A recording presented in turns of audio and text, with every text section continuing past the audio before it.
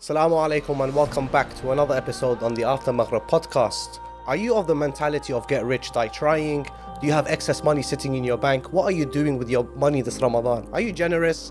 Let's see what today we can discuss, inshallah. But surprisingly, my co-host has disappeared. And I'm not sure if I have a new co-host today. Neil Nasser. Assalamu alaikum.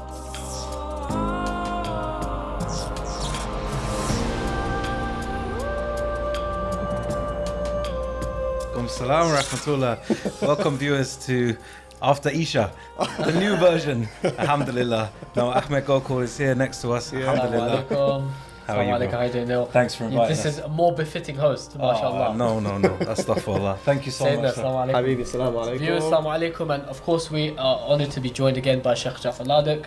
Assalamu alaikum, Sheikh. Wa alaikum salam wa rahmatullah, Aziz. Lovely to have you on. My honour to be back on. Thank you so much. Not at all. I just want to respond to Sayed's comment. Neil is hench, he's tongue. He's not, it's not that you can't see Ahmed. He's big, but he's not that big. It's a bit out of order to say that. It's all right. No offence taken. Guys, it's a pleasure to have you back with us again. I hope your fasts, inshallah, are going well and you're taking advantage of this blessed month. Of course, it only comes around literally once a year, and this is the time where, as we know from our last week's episode, where we need to be trying to prosper spiritually. Yeah. But today, inshallah, we are talking about prospering in a different sense, prospering through a cost of living crisis, which of course is the title of our dear Sheikh's newest book, which you can find online, Sheikhna. That's right. For those of you who are in the UK, it's available at House of Taha bookshop and the rest of the world at Amazon. Ahsan, Sheikh. So, of course, we want to kind of get into this discussion. Haji Neil, of course, you, as many of us will know, are appearing on Ahlul Bayt TV every day, doing the charity stuff. Can you tell us a bit about that to kind of kick us off? Yeah, sure. So we're on every night throughout the first 15 days with the charity The Hope Appeal. Yeah. Of course, tune in, subscribe, and give as much as you possibly can. It's a charity that we set up to look at sustainable projects, to look at the ethos behind the quote, give a man a fish, you feed him for the day.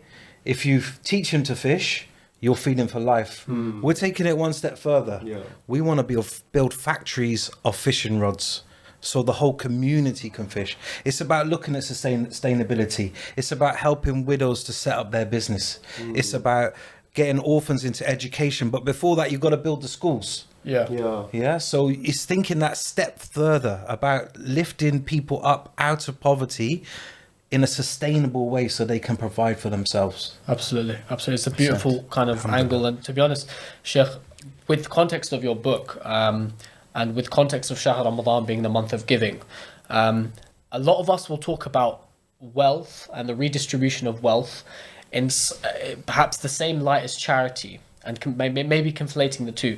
I know this is a big theme in the book and in your recent discussions. How would you define the two? And do they play an intertwined role with each other? Ahsant. Bismillahir Rahmanir Rahim. So the Islamic economic system is reliant on redistribution of wealth, and it calls upon charitable services to be able to fund the types of phenomenal projects that Neil and the whole Hope Appeal are trying to do, and many other Islamic charitable services.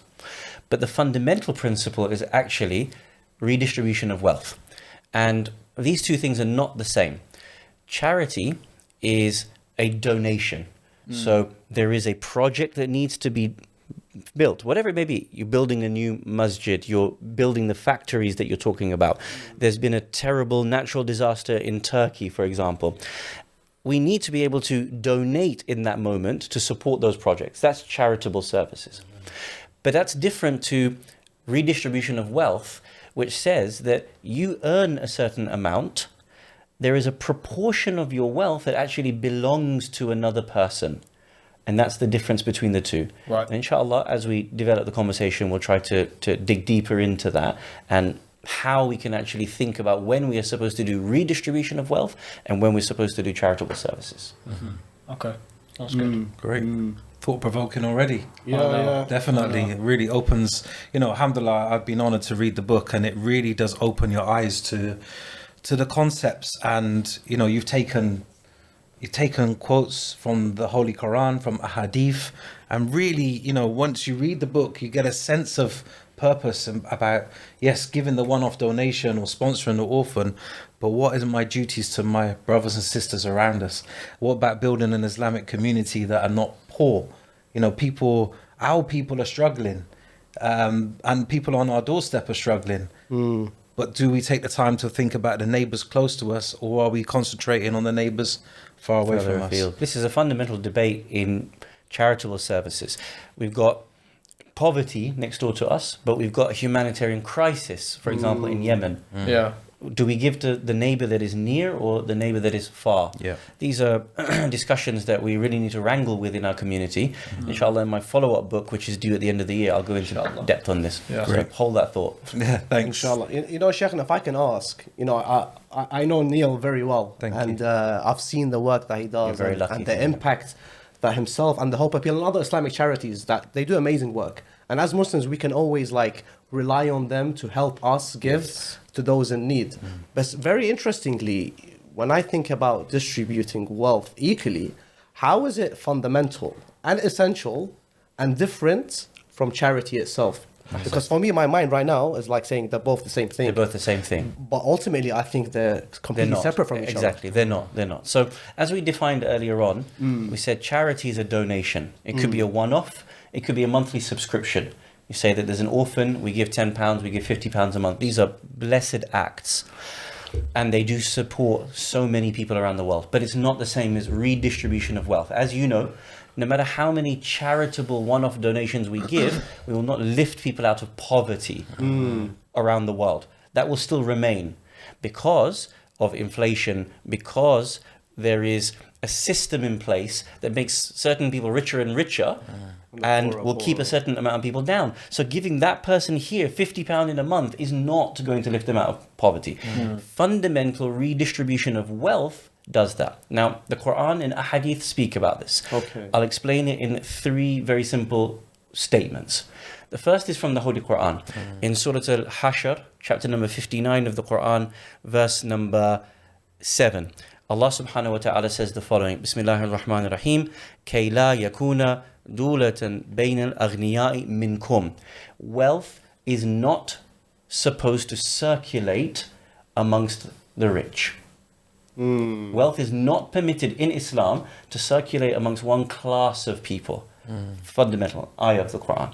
Secondly, in Sahifa Sajjadiyah, our 4th Imam Zain al-Abidin, salawatullah wa salamuhu alayh, in dua number 30, says, "O Allah, teach me excellent redistribution of wealth." So there is a statement that there is a specific issue of redistribution of wealth. So now we ask, again, how essential is it? He mentions the exact words. Those are his words. "O Allah, teach me excellent redistribution of wealth." That's in Sahifa. And as you know, Sahifa Sajjadiyah is mu'tabar. You know, it is certain that this is from the Imam's blessed tongue. So the ayah says, wealth cannot remain amongst one class. Right. Hadith says, teach me distribution. Okay, so what is that distribution? Well, we'll come to that in a minute. But again, talking about the essential ideology of it. In Islam, redistribution of wealth is not perfunctory. It is not something that is done as an afterthought or as a sticker over a wound or gaping wound that doesn't really help. Ayatollah Shaheed Muhammad Hussein Beheshti, in his works on Islamic economy, explains it in this way. He says, in your circulatory systems, blood is supposed to be pumped around the entirety of your body to the right proportion that your organs need it. Right? So you've got the brain, you've got the heart, you've got the liver. Whatever is required, the blood pumps accordingly. What happens if there's a certain blockage to one of your organs or two of your organs? On the whole. They can Has an fail. effect on the whole body fails. He says, if you understand that blood is supposed to be distributed proportionately to every organ as per its needs, it's the same as wealth in society. My son. If there is a blockage to one community, to one area in the city, if this city has more wealth in this area and has less, Chelsea has this much, but, you know, the ends, Streatham, for example. I mean, I used to live in Streatham. We grew up in these places. Pick up You know, it has less. There is a fundamental problem. And the same way the body will not be able to sustain itself because there's an ill distribution of blood. In the society, there will be ill distribution and there will be poverty, there'll be crime. It creates an imbalance. It creates an imbalance. That's how fundamental redistribution of wealth is, that it's supposed to be proportionate to the needs of civilization, needs of society. So as Imam Sajjad alayhi salam said, teach me excellent distribution. And this is what this goes into, inshallah. Do you know, it's obviously a huge thing, and the theme throughout Shahr Ramadan is give, give, give. And I know, Neil, of course, you're, mashallah, you've got so much experience on that side of seeing how charities work on the forefront and also behind the scenes. But you know, for a lot of people, I know you've done a lot of work with those who lack a home, unfortunately, within our local communities. And Sheikh, of course, your book focuses on that cost of living crisis. There are going to be people who are watching this, I presume, who may be struggling. Now, struggling is a relative term. Struggle for one is prospering for someone else, you know, and living comfortably for someone else. I've never seen it that way. That's an interesting point. Man, you know, it's an incredible thing to think about when you put it that way. That's why we're, of course, like shukr and gratefulness is such a big thing for us. Definitely. But what advice would you have to someone who's right now really feeling the brunt of that cost of living crisis, and at the same time they've got the niyyah, they want to give something, these are the days to give, you know. We're in the days of Wafat Bibi Khadija salamullahi alayha right now, and we're approaching Wiladat Imam al-Hassan and of course Shahadat Amir al-Mu'mineen. What would you say to people who've got that thing but don't have the capability to give? Sure. I mean, first and foremost, giving is in so many ways. Sometimes we just think it's financial. But giving with these two hands that you have, or one hand, whatever you give, your time. So maybe you could approach a charitable organization. Maybe you're at a supermarket and you're going along your high street and you see a homeless person. From my humble experience, that homeless person may not want the food. When you sit down and spend a bit of time with them and talk to them and treat them like a human being, because that's what they are, that's fallen on bad times, that conversation can make their day. Yeah, you may have a couple of pounds to give them. It may be a few pence to give them. Whatever is in your remit, time is the biggest thing to give. Whether you contact a local charity or an organization and say, look, I work in my professional field as an administrator, or whatever your field is, there's always a need for you to work. There's always some way for you to fit in. And you can make that niyyah in Shahr Ramadan, in this beautiful month, to kind of put yourself out there. I'm going to dedicate an hour a week towards a local cause, a local charity. And it could be anything. Why not even just knock on the door of your neighbor who may be struggling? You know, we've got elderly people in our communities, and they might not be Muslim, they may not be from our faith, but they are human beings. They're from the one race, which is the human race. You know, and I'll give you a very humble example, and I'm not trying to boast or take ego. I often knock on my neighbour's door, Carol, help her with her shopping and mow her lawn for her. Hi, Carol. Hi, Carol. But Big up, Carol. because she's, you know, in her 70s and, you know, with a bit of ice or you whatever. have something you can give to her. Yeah, but we don't do it for that because it's just above time, money. isn't it? Yeah. It's above money, but it's look, Shahr Ramadan is about changing your mindset. It's about looking at what you can do. What can you take from this holy month? It's not about just about the fasting and the separation from water. It's more than that. It's about the reflection of self. It's about having conversations with God. But if you don't come out of this month as a changed person, then what are you putting into it? Deep.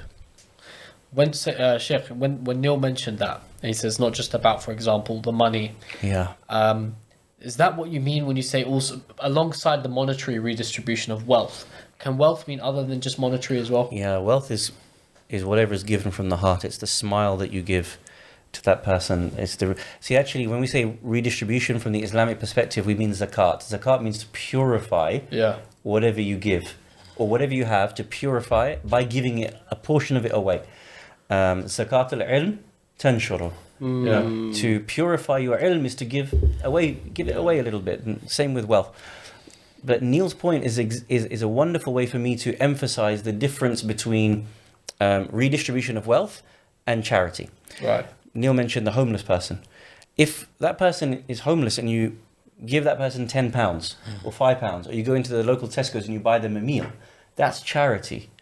Does it lift them out of wealth, out of poverty? No. It doesn't. No. Redistribution of wealth, genuine redistribution, lifts him out of poverty. But there's not done through charity. So of course, like Neil, for example, works with a charity that focuses on microfinance and long-term sustainability. In the Islamic economic system, no, it's not. Right. It's done through The West. Bayt al-Mal. Yeah. So Bayt al-Mal is a centralized system that sees the problems of a society and says that these are the sins that are being done because of this poverty, because of this issue, and it fundamentally invests in people and breaks the chains that are upon them in order to lift them out. That's the Islamic economic system that we're trying to get to. With respect, in my humble opinion, our Islamic and Shia Islamic charitable organizations, the vast majority of them follow a Western model, which is simply to give charity, to give donations. I'm not saying that's wrong. In fact, that's brilliant. It's phenomenal. It's so much barakah and reward in it, but it's not redistribution of wealth. Right. Yeah, it's not fundamentally saying part of your wealth belongs to the homeless person. It's saying, oh, he's homeless, I'm going to give him £10 as a one-off. Whereas if you see that wealth that is in your pocket isn't yours, it's actually Allah's, and he is an equal partner in it, it completely changes the game. And that's the redistribution of wealth that Islam calls for, which inshallah the book goes into in a lot of detail we can talk about. But if people understand this principle and actually grasp it, that's when they start to look inwards and say, am I going to redistribute my wealth, my property, my what belongs to me, or am I going to give a one-off donation to support someone in Shahr Ramadan? Yeah. People do need one-off donations. There are events where people need it. You need investments into projects like the Hope Appeals and many others. But don't conflate it with redistribution of wealth. It's not the same. Sheikh, let's say I earn hypothetically £10,000 a month. MashaAllah. I dream. Podcasts are doing well, bro. Yeah.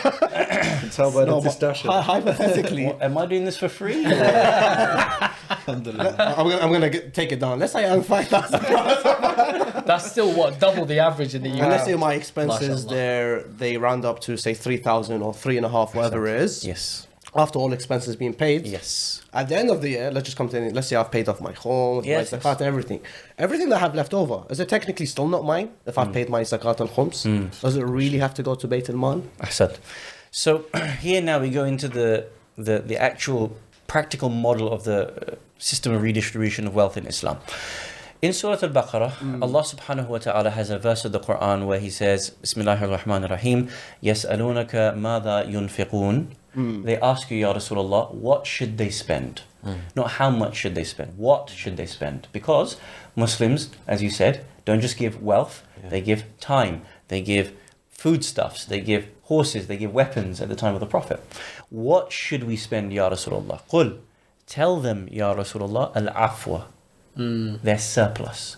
Whatever is surplus to their requirements, that is what they should spend on the Islamic causes, like Neil has illustrated. Okay. So this is where we go into the system. So let's take the figures that you were talking about, 5,000 and 3,000. Let's keep it at 5. Yeah, no, I'm happy with that. I respect that you suddenly pocketed 5,000 a month somewhere. I'm cool with it, bro. I'm cool with it. Same as Sadat. I'm sorry. Yes, mashallah, mashallah. Yeah. We have the Sahm Imam divided Yeah. by us. Huh? So you earn 5,000, which for some people they will be doing. Yeah. Yeah, mashallah. Your expenses are 3,000. Let's define expenses. You have your rent or your mortgage. You have your bills. You want to save up for ziyarah. Someone wants to save up for marriage. Someone wants to go on holiday. All of these things which are legitimate expenses are counted within that. So you counted it as 3, right? Yeah. 5,000 minus 3,000, simply 2,000 left over. Excess. That excess, that afwa, is surplus. It doesn't belong to you anymore. You imagine that it belongs to you and that you can do what you want with it. I want a new pair of kicks, I buy some shoes. I want to go out to a banging restaurant, I go out to the Shard. You start spending on the dunya. You start spending on things that you don't need. You're looking for a reason to spend Looking for a reason to spend it on things that you don't need. That now, if an expense comes up, Yeah. No problem. It's an expense. So now you have to pay £500 to change all 4 tires. That's an expense. It's not from the surplus. Yeah. So now another £500 is taken off. It's no longer £2,000 left. £1,500 at the end of the month. Whatever. It could be £50 at the end of the month. It could be £10,000 at the end of the month. The figure isn't important. Following the prescriptions of Islam is important. So now this surplus figure that is no longer your requirement is the right of someone else. Now, you might say, that's a bit heavy. Where are you getting that from? As I said, the verse says, Al-afwa. Your surplus belongs to someone else. Now, you want to know who said this? Not Jaffer Ladak. Amir al-Mu'mineen Ali ibn Abi Talib, salawatullah wa salamuhu alayh, in Nahj al-Balagha is quoted as saying, whatever is surplus to your needs, you are nothing more than a treasurer for it for someone else. Subhanallah. It belongs to someone else. Yeah. Now, this is where we go deeper into the definition of charity and redistribution of wealth. Yeah. When I give a donation to someone, basically I'm doing them the favor, right? Neil's project needs 50 quid. I give 50 quid to it. That's me doing a favor to that person. When I'm a treasurer for someone else, it's not a donation. It belongs to you, Sayyidina. Can you see the difference? I'm not giving 1,500 quid as a donation. 1,500 quid belongs to you. That's why I said you're a shareholder in my wealth. Now, the Islamic term for this is mustahiqeen. Mustahiq is someone who has a right over your haq, has a right over your wealth. 5 categories of people in the Quran are mustahiq, according to the Quran, according to Allah subhanahu wa ta'ala. You know what those are? Should we try and guess them? You want to guess them? Orphans. No. Parents. Number 1, dhir qurba. Family members, your near family members are mustahiq over your wealth. So let's say I have £1,500 left over at the end of the month. The first people who have a right over it is my family members. Why not orphans, Sheikh? I thought there's so many. That's part of the redistribution, but from zakat, sadaqah, khums, and so on and so forth. We're talking about your personal wealth here and the first people that have rights over it. Because orphans, even though they don't have parents or one parent has died, they still have family members. Imagine you're an orphan in my family. So you do get my wealth. Allah doesn't need to make orphans as a separate category because you are in a family. So it could be your cousin, it could be your uncle, but you have a right over your uncle's wealth. You understand? So the first group of category of people who are mustahaqqeen are dhir qurba. And then after that, Allah subhanahu wa ta'ala mentions in the Quran the masakeen, those people who are at home, they cannot find work. They cannot go out of their home to find work because for whatever reason, they're too elderly to go out. They're disabled, differently able, they can't go out.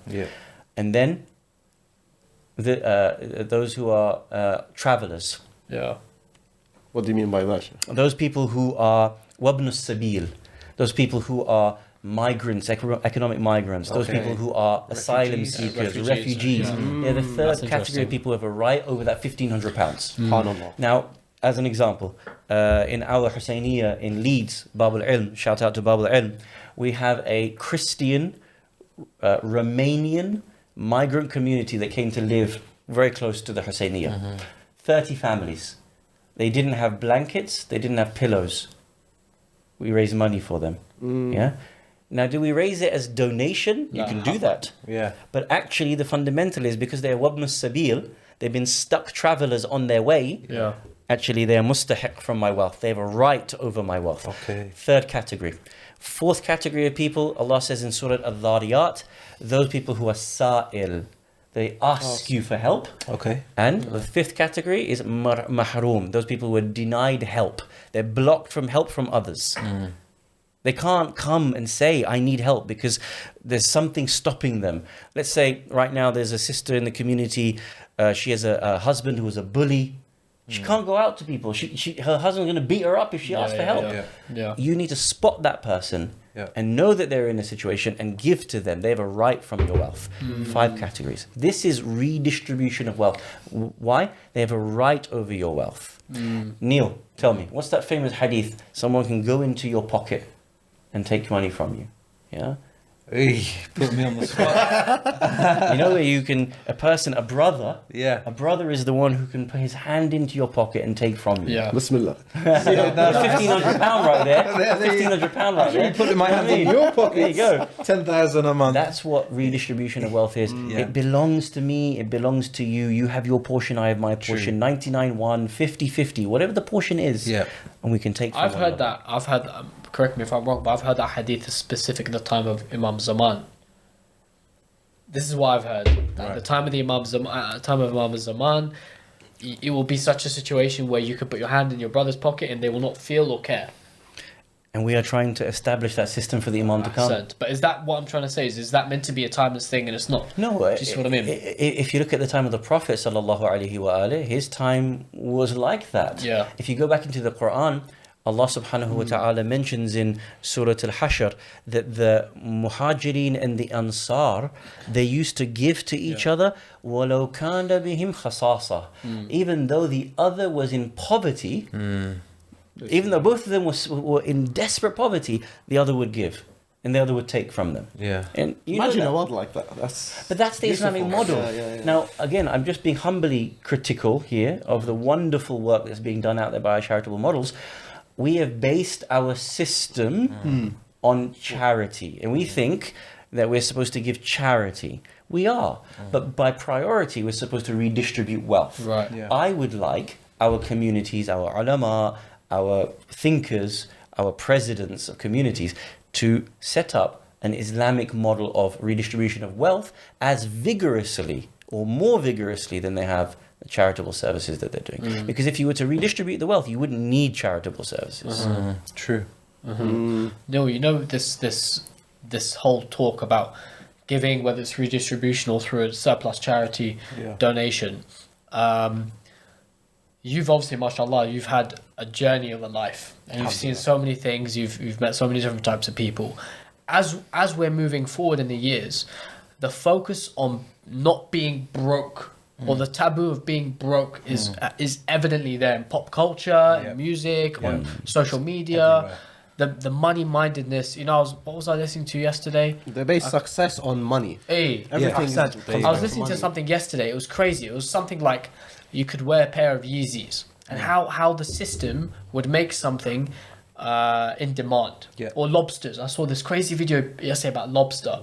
Lobster's seen as a high-end luxury food. I've seen the same video. Have you seen this video? Yeah. Previously, it was considered to be as ordinary because workers were given it. Then, because it would go stale very quickly. Yeah. Sorry, I'm cutting No, your go point. for it. Because lobsters go stale very quickly, it needed to be sent from coastal areas inland. Yeah. It needed to be eaten quickly. Yeah. It was considered as a delicacy. Yes. And it became an expensive item. Overnight, it switched as a commodity. Because it was treated as an It's like the item. diamond ring. They just came out There of you nowhere. go. Yeah, because it was initially it was fed to workers and stuff 4 or 5 times a week because it's high in protein and it's high in supply. But because it's short in demand from outside of the country, it's treated as a high end commodity. No one actually likes to eat lobster. This is the theory, right? But because it's seen as short in supply internationally, you can't fly lobsters in, you can't import that kind of thing. It's got to be, you see, for example, you go to a high-end restaurant and take there's out the fish lobsters in the tank. that's Yes. right. Yeah. They So boil them alive. Ahsan. So what happens is whether it's shoes or whether it's food or whatever it is, the populace right now will think that a commodity is expensive or worthy Artificially made. Ahsan, based on the perception that we're given and what's been given to us. Now, a long-winded question. What I'm trying to say is, are we too money-minded? Are we too superficial? And we'll look at what the worth is on a menu or online when we're trying to buy something, rather than looking at the value of it to us in our dunya and our akhirah. Yeah, well, we're fed all this, like you rightly said. Yeah. We're fed on this in terms of media that's Yeah. pumped into us, our surroundings, our environment, people that we are around us. Someone wearing a nice pair of shoes and someone wearing a nice jacket, and that then becomes into the mainstream. You know, we haven't got our phones, but social media. Yeah. You know, these reels. Even the title, the word "real," makes it sound like it's real, like it's really happening. This thing that's behind me, point. you know. It's the Illuminati. Turn this off. Not the actual. The After Maghrib logo is amazing, but what is being displayed on the tell lie vision. It tells lies for your vision. It's feeding you. There's people that have been watching these soap operas for 40, 50 years, looking at their dreary lives on the screen and comparing that to themselves. It plays something in the mind. Neil's dropping bars, man. Honestly. I'm sorry. I won't spit a rhyme. No. You know what's really Nice. funny about all this Love to stuff, hear. about the artificial nature of it? We're actually giving to people who are truly, truly despicable. Yeah. Right? I'll just give you an example. Tommy Hilfiger, Yeah. he famously said that if I'd known black people were going to wear my clothes, my brand, I wouldn't have sold it to them. Exactly. I wouldn't have made it for them. But people, and black people will go and wear it. I don't believe there's such a thing as black and white people. We're all just shades of skin tone. But Same race. the point I make is that when you have these sorts of people and we're going out and buying these labels, Yeah. and the Versace brand, as an example, Yeah. person who is flagrantly homosexual and corrupt. We're going after these products that, as you said, with the Yeezys or Lobsters, the whole thing has been created by a brand, advertised to us in such a way that is emotionally enticing. Yeah.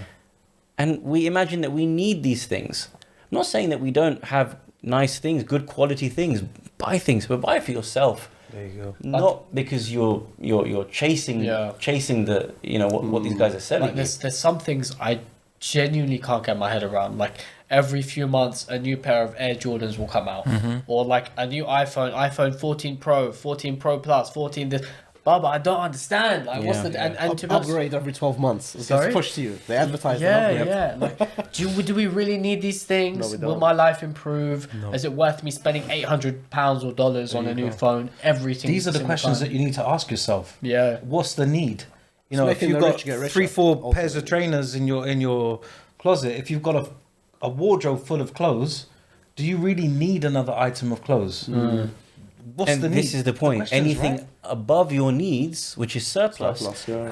is not supposed to be a donation. Sant. Where, I have £1,500 in my account, £50 goes tonight in Shah Ramadan's donation appeal.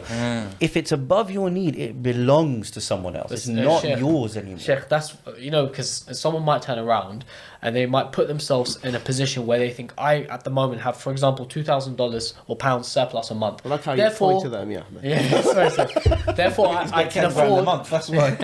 I can afford, for example, to have a higher end this or that. Let's say a better car. Yeah. So my monthly expenses are higher. So to the point where their monthly surplus is minimized. So what I deem to be an expense is only an expense because in the initial place I bought a luxury item, which has a high maintenance fee. Ahsant. Do you see what I mean? So It's a snowball effect. It's a snowball Not only effect, have you yeah. spent more of the surplus, which wasn't yours in the first place, you're now spending more to maintain it. Yeah. Everything's higher. The tires are more Car expensive. insurance, The petrol. insurance is It's more like choosing a expensive. home and choosing a mansion. Yeah, There you go. exactly Yeah, that. yeah. If you'd only need 3 rooms in your house, don't buy a 6-bedroom house. It's really simple.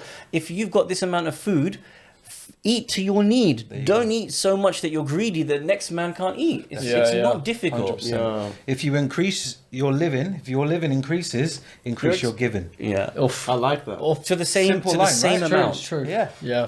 Increase your giving. The more you have, the more you can give. So work hard. And the more you give, the more you can have. I'm trying to rhyme with you.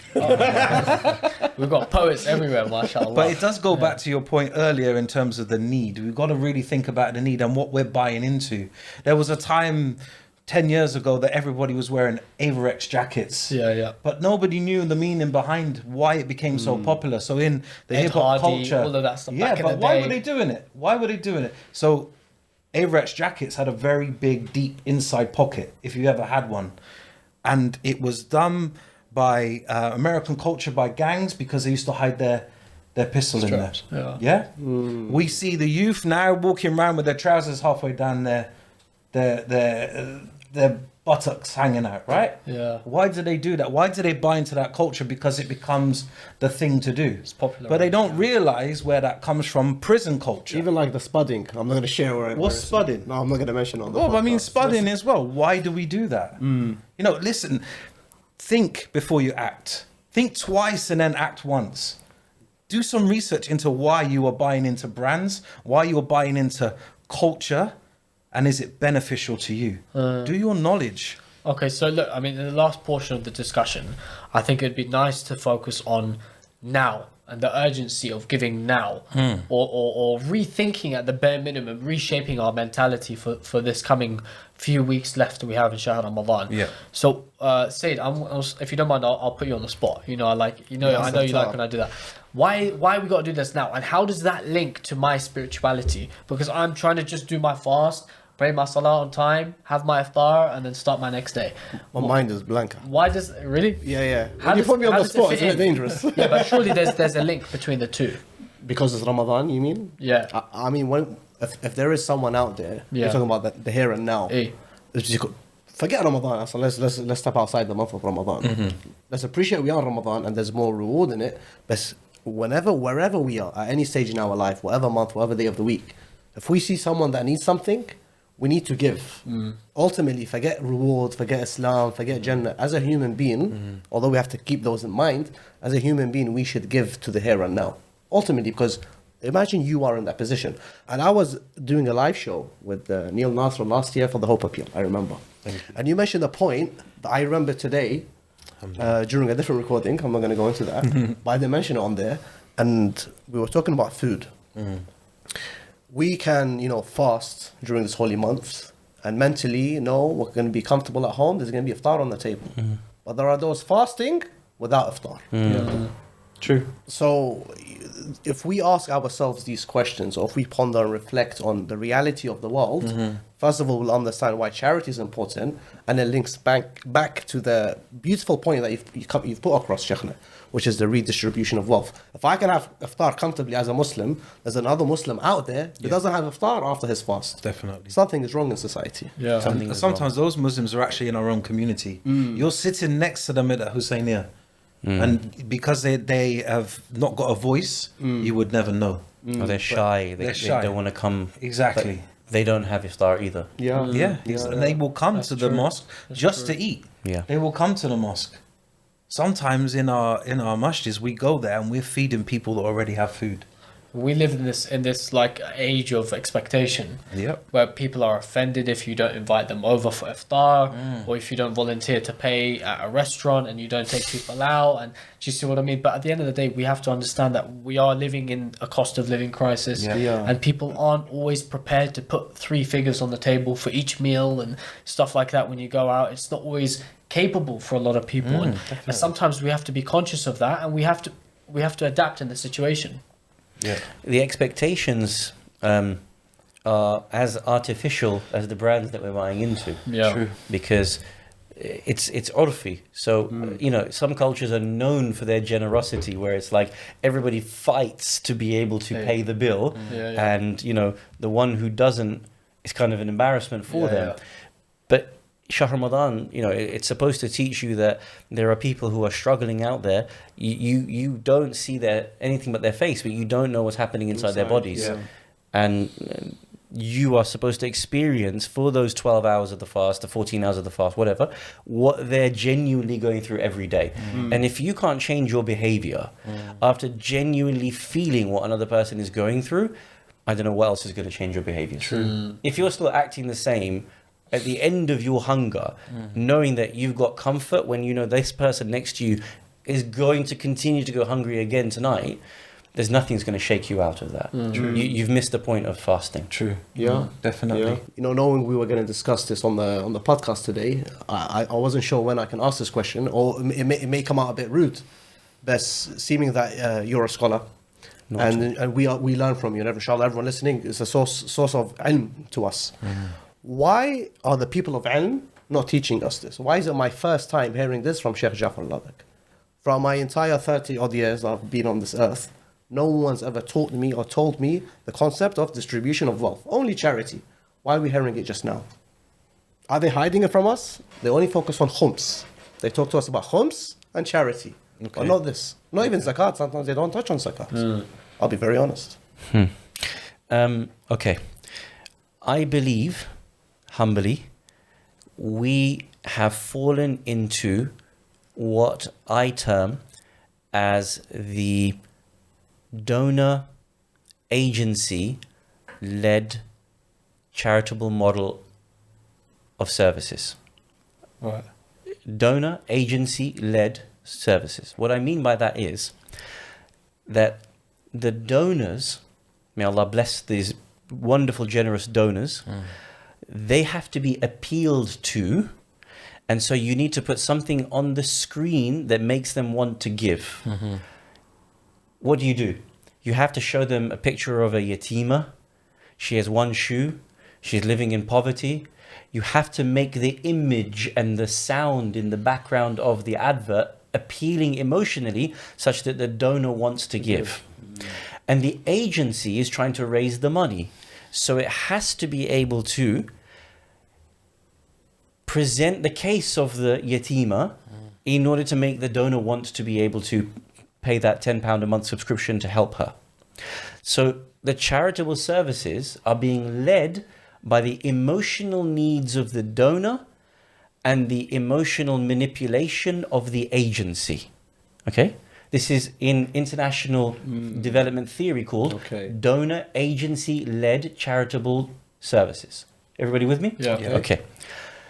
Muslim and Shi'i charitable services mimics this problem. And so what happens is it prejudices, it puts this method at the forefront of trying to raise money. When you go to a gala dinner, they'll show you the video, it's 3 minutes long, they're showing you how they've given the money to this family and they're happy, and before this. Islam has a different model of economic theory, which is rooted in liberating people from sin, liberating people from shirk, liberating people from poverty. And that informs, that part of the economy informs the way in which we're supposed to redistribute wealth, which informs the charitable services. To answer your question very succinctly, we have focused on the last point of the Islamic economic system, just on charity, and only on 3 or 4 popular types of charity. Orphans, widows, education, building mosques. Nothing else. Even though the Quran has 20 avenues of charitable services, we have focused on 4, and we focus on a donor aid agency led model. Because these are the 4 that we can emotionally relate because to. we emotionally relate to them, but not because that's what the Quran tells us. Right. So what we need to do, and I'll be completely frank, we need to rip apart the system.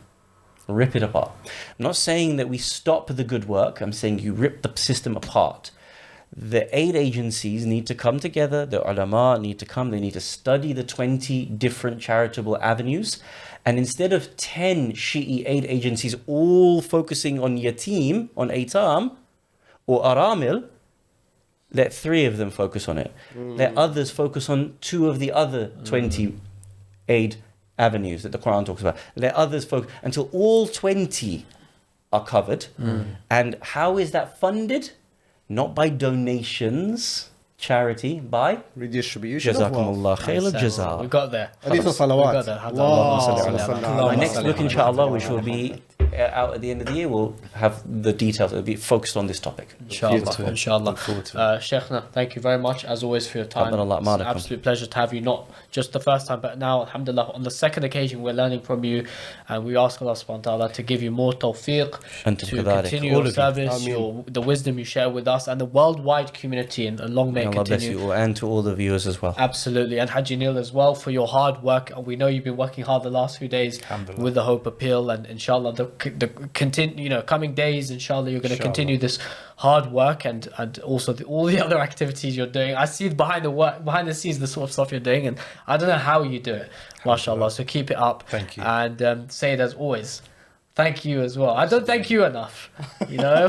I think we got a moment here. We got a moment. Yeah, That's lovely. God bless you all. And brothers and sisters, this has been an amazing discussion, alhamdulillah. As you guys know, the theme of this conversation, or of our Shahr Ramadan, is 2 things: spirituality and community, and tying the 2 together. From the beginning of the month, and even before the month, we mentioned that we want to focus on these 2 things. Last week, we talked a lot about spirituality. Alhamdulillah, today we're talking about community development. We're going to continue this theme as every podcast comes, and inshallah we have a future podcast planned going in more depth towards the world of charity, so we're going to understand the inside, behind the scenes, what actually happens with charities, and focusing also on the international angle of it as well. So keep tuning in, there's a lot coming, and not just on the serious stuff, there's also some light-hearted stuff, some banter and some fun. I know you guys love it as well, so hit that subscribe button. If you're watching on YouTube, make sure you hit the notification bell, and if you're listening on Apple or on Spotify, give us a follow as well and leave us a review. Keeps us going. Said, anything to add before we wrap up? No, just may Allah accept everyone's fasts, keep us in your du'as, especially the Sheikh, for giving us this understanding of redistribution of wealth, and my amazing co-host. Back to our moment, and brother Neil, but more importantly, not myself, everyone out there who needs food, anyone out there who needs a roof over their head, wherever they are on the world, be as generous as you can, inshallah. May Allah bless you and reward you for your charity this holy month. Wassalamu alaikum wa rahmatullahi wa barakatuh.